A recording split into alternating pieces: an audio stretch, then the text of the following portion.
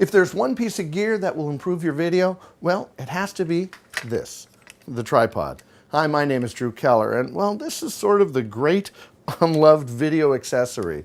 I mean, really, who wants to lug one of these things around? Well, we're here in my garage to not only talk about how to buy and use one of these, but also how to create tripods out of everyday things. Okay, so why do you want to use a tripod? Well, if you're out shooting and you're trying to hold on to your camera by yourself, the concept of, well, that's good enough, really doesn't apply.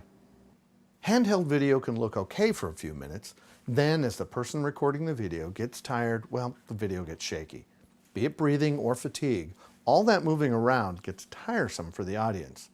Even if your camcorder has image stabilization, it can't compare to using a tripod. Tripods come in all shapes and sizes. Consumer tripods are very light. It's partially because the heavy ones, well, they don't sell. The better consumer tripods solve the weight problem by adding a hook at the bottom so you can hang something heavy from the center. It doesn't have to be a sandbag. A bucket full of rocks or water will do nicely.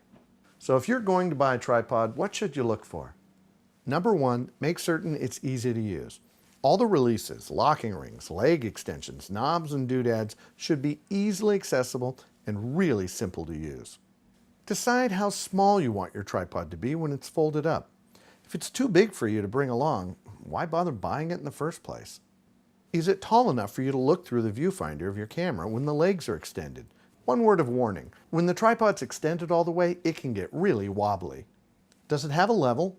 A crooked shot is just as bad as a shaky one.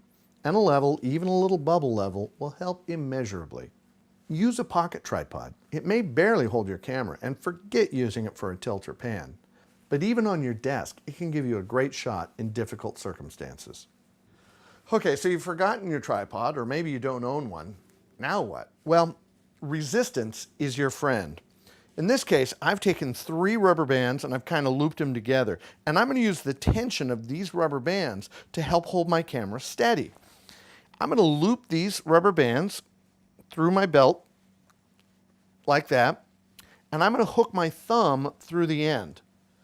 By picking up the camera and holding it up, the tension of these rubber bands help me to create a nice, stable camera platform. You can also create a tripod with a piece of string and a 1/4-inch lag bolt. The first thing you need to think about with the string is you need to make certain that it's long enough to reach the ground when you have it up by your shoulders. Probably about 6 or 7 feet will do. So, make a loop in the end of your string and tie it on to a 1/4-inch lag bolt. The great thing about a 1/4-inch lag bolt is it's the same thread as the hole for mounting your tripod onto the bottom of most cameras. So all you have to do is screw in your lag bolt to the bottom of your camera. Step on your string and pull up. Create a little bit of tension. Again, that resistance is going to help you to hold your camera nice and steady. And you have a tripod you can put in your pocket. So you don't have a lag bolt, you don't have rubber bands, you don't have strings, but you do have a table lamp. Well, I got a solution for you. If you're really stuck, most lampshade screws are the same thread and size as your camera mount. Just remove the lampshade, mount the camera. Hey, it works. A tripod will make your video look more professional. It's going to give you the most quality out of the least investment.